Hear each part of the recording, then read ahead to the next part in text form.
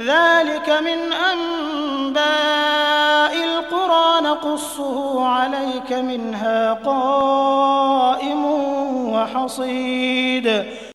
السلام علیکم۔ مارکہ صلیب و ہلال کی پہلی قسط کے ساتھ ڈاکٹر حسان بخاری آپ کی خدمت میں حاضر ہے۔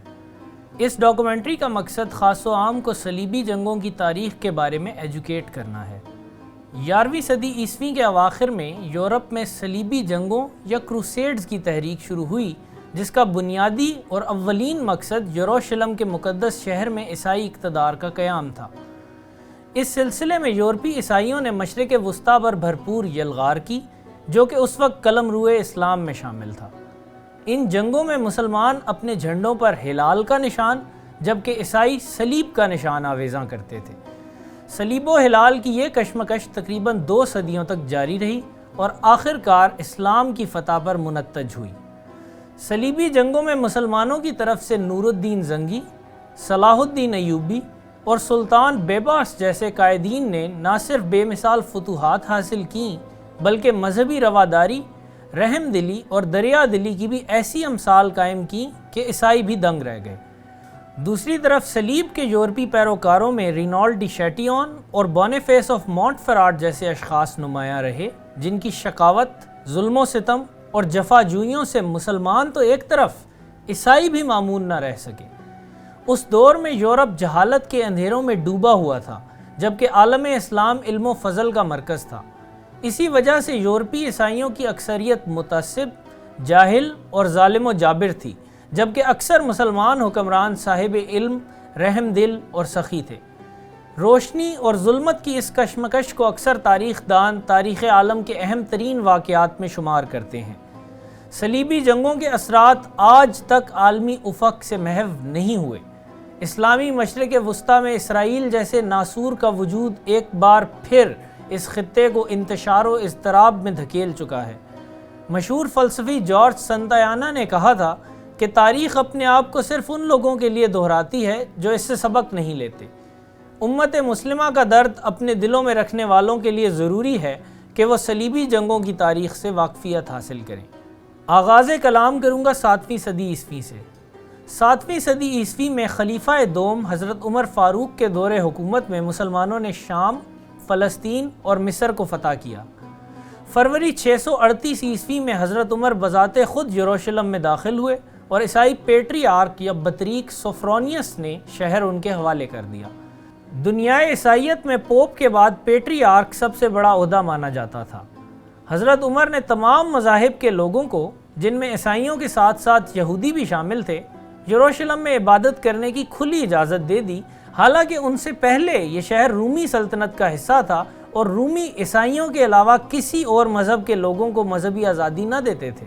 شام اور فلسطین کے لوکل عیسائی بھی جلد ہی رومیوں کی نسبت اسلامی حکومت کو زیادہ پسند کرنے لگے۔ اس کی ایک وجہ تو یہ تھی کہ مسلمان حکمران مذہب کی تخصیص کے بغیر عدل و انصاف سے کام لیتے تھے، جبکہ دوسری وجہ یہ تھی کہ شام کے عیسائی اپنی چرچز میں مقدس ہستیوں کی تصاویر رکھا کرتے تھے اور رومی حکمران اور پادری اس بات کے سخت خلاف تھے اور اس امر کو بت پرستی خیال کرتے تھے۔ چنانچہ رومی علاقوں میں شامی عیسائیوں کی چرچز میں موجود تمام تصاویر تلف کر دی گئی تھیں۔ مسلمان حکومت نے شامی عیسائیوں کے مذہبی معاملات میں البتہ کبھی دخل اندازی نہ کی تھی۔ برطانوی مورخ سٹیون رنسیمان لکھتے ہیں، عیسائیوں کے پاس اسلام کی فتح پر پچھتاوے کی کوئی وجہ نہ تھی۔ مسلمان حکمرانوں کے ماتحت ان کے حالات عیسائی حکمرانوں کی نسبت بہت بہتر تھے۔ لا اینڈ آرڈر کی سچویشن نسبتاً بہتر تھی، تجارت پھل پھول رہی تھی اور ٹیکسز کی شرح بھی کافی کم ہو گئی تھی۔ اسی دور میں یروشلم کے پیٹریارک نے قسطنطنیہ کے پیٹریارک کو ایک خط لکھا اور اس میں مسلمان حکمرانوں کے بارے میں لکھا کہ وہ عدل کرتے ہیں اور ہمارے ساتھ کسی طرح کی زیادتی نہیں کرتے۔ 4 صدیوں تک مسلمان شام اور فلسطین پر حکومت کرتے رہے۔ مسلمانوں کے عدل اور رواداری کے باعث ان علاقوں کی اکثر آبادی مسلمان ہو گئی، مگر عیسائیوں کی ایک سائزیبل اقلیت شام اور فلسطین میں موجود رہی۔ 11ویں صدی عیسوی میں اسپین کے اندر مسلمانوں اور عیسائیوں کی باہمی کشمکش نے یورپ پر گہرے اثرات مرتب کیے۔ 1063 میں اسپین کے علاقے ایراگون کے عیسائی بادشاہ رمیرو اول نے مسلمانوں سے لڑنے کے لیے ایک بڑا لشکر تیار کیا۔ رمیرو نے گروس کے شہر کے قریب مسلمانوں سے شکست کھائی اور خود بھی مارا گیا۔ رمیرو کی موت کے بعد تاریخ میں پہلی دفعہ پوپ نے بذات خود مسلمانوں کے خلاف مقدس جنگ شروع کرنے کی کال دی اور یہ اعلان کیا کہ جو بھی اس مقدس جنگ میں حصہ لے گا اس کے تمام گناہ معاف ہو جائیں گے۔ فرانس اور اٹلی سے ہزاروں لوگوں نے پوپ کی کال پر لبیک کہا اور مسلمانوں سے لڑنے اسپین کی طرف روانہ ہو گئے۔ یہ تاریخ کی پہلی صلیبی مہم تھی اور تاریخ میں اس کو باربستروں کی صلیبی جنگ کہا جاتا ہے کیونکہ صلیبیوں نے باربستروں کے مسلمان شہر کو اپنا ہدف بنایا تھا۔ اگست 1064 میں صلیبیوں کے لشکر نے باربستروں کے شہریوں سے اس شرط پر ہتھیار ڈلوا لیے کہ اہل شہر کو پرامن طریقے سے مسلمان علاقوں کی طرف ہجرت کی اجازت دی جائے گی اور ان کی جان اور مال محفوظ رہے گی، مگر جیسے ہی مسلمانوں نے شہر کے دروازے کھولے، صلیبی فوج نے اپنا وعدہ توڑ ڈالا اور شہر کے اندر خوفناک قتل عام کیا۔ الٹیمیٹلی باربستروں کی صلیبی جنگ فیل ہو گئی اور مسلمانوں نے 1 سال کے اندر اندر دوبارہ باربستروں سے صلیبیوں کو نکال باہر کیا، مگر اس جنگ نے یورپ کو پہلی بار صلیبی جنگوں کے آئیڈیا سے روشناس کرا دیا۔ باربستروں کی صلیبی جنگ میں کئی ایسے واقعات ہوئے جو مستقبل کی صلیبی جنگوں کا خاصہ رہے۔ پوپ کا یورپ بھر سے مقدس جنگ کے لیے رضاکار اکٹھے کرنا، صلیبیوں کی وعدہ خلافیاں، ان کی بربریت اور آخر میں صلیبیوں کی شکست، یہ سب چیزیں شام اور فلسطین کی صلیبی جنگوں میں اسی پیٹرن پر مگر اس سے بہت بڑے پیمانے پر ہوئیں۔ اسٹیون رونسیمان اس دور کے بارے میں لکھتے ہیں، 11ویں صدی کے اواخر تک مقدس مذہبی جنگ کا فکری نظریہ حقیقت میں تبدیل ہو چکا تھا۔ چرچ نے عیسائی نائٹس اور سپاہیوں کو اس بات پر آمادہ کر لیا تھا کہ وہ اپنے باہمی اختلافات بھلا کر دنیائے عیسائیت کی سرحدوں کا رخ کریں اور وہاں پہنچ کر مسلمانوں سے جنگ کریں۔ 11ویں صدی کے اواخر میں 2 مقامات پر مسلمانوں اور عیسائیوں کے درمیان زبردست کشمکش اور جنگ و جدل چل رہی تھی۔ ایک مقام تو اسپین تھا، جبکہ دوسرا مقام یورپ کے مشرق میں اناٹولیا کا علاقہ تھا۔ اناٹولیا کا تمام علاقہ موجودہ دور میں ترکی کا حصہ ہے۔ اس دور میں اس علاقے میں مسلمان سلجوق ترک عیسائی رومی سلطنت سے برسر پیکار تھے۔ اناٹولیا میں 26 اگست 1071 کو مانزی کرت کے مقام پر ایک انتہائی اہم جنگ ہوئی۔ رومی پچھلے کئی سالوں سے اناٹولیا میں سخت انڈر پریشر تھے اور سلجوق ترک فتوحات پر فتوحات حاصل کر رہے تھے۔ 1071 میں آخرکار رومی شہنشاہ رومانوس نے خود سلجوقس کے مقابلے پر جانے کا فیصلہ کیا۔ رومانوس کے ساتھ 70,000 رومیوں کا عظیم الشان لشکر تھا۔ رومانوس کی آمد کی خبر سن کر سلجوق سلطان الپرسلان بھی اپنی فوج کے ساتھ مقابلے میں آ گیا۔ 26 اگست 1071 کو دونوں بادشاہوں کا ٹکراؤ مانزی کرت کے مقام پر ہوا۔ ترک لشکر کی تعداد رومی فوج سے نصف تھی، مگر مسلمانوں کا مرال رومیوں سے بہت بہتر تھا۔ اس کے علاوہ ان کا کمانڈر الپرسلان اپنے دور کے بہترین جرنیلوں میں شمار ہوتا تھا۔ رومی لشکر میں رومانوس کا ایک سیاسی مخالف اینڈرونیکس ڈوکاس بھی تھا۔ جب لڑائی کے شروع میں ہی ترکوں نے رومیوں پر بے پناہ دباؤ ڈال دیا تو اینڈرونیکس ڈوکاس نے رومی لشکر میں رومانوس کی موت کی افواہ پھیلا دی۔ اینڈرونیکس چاہتا تھا کہ رومانوس کو شکست ہو جائے تاکہ اس کی حکومت کا تختہ الٹا جا سکے۔ اس افواہ کی بدولت رومی لشکر جو پہلے ہی سخت انڈر پریشر تھا بالکل ہی ہمت ہار بیٹھا اور اس کی اکثریت تتر بتر ہو گئی۔ رومانوس نے کافی ذاتی شجاعت دکھائی مگر بازی کو پلٹ نہ سکا اور ترکوں کے ہاتھوں قید ہو گیا۔ تقریباً تمام رومی فوج اس لڑائی میں تباہ ہو گئی اور ترکوں کے لیے اناٹولیا میں مزید فتوحات کا رستہ صاف ہو گیا۔ مانزی کرت کی جنگ کے بعد الپرسلان نے رومانوس کے ساتھ ایک آنریبل دشمن کا سا سلوک کیا اور مسلمانوں کی قید میں اس کو کوئی تکلیف نہ ہوئی، مگر وطن واپسی پر قسطنطنیہ میں بدقسمت رومانوس کے سیاسی حریفوں نے اس کا تختہ الٹ دیا اور اس کو قید کر دیا۔ رومانوس کے بعد رومی سلطنت میں پولیٹیکل انسٹیبلٹی بہت بڑھ گئی اور چند سال کے عرصے میں کئی حکمران میوزیکل چیئر کی گیم کی طرح آئے اور گئے۔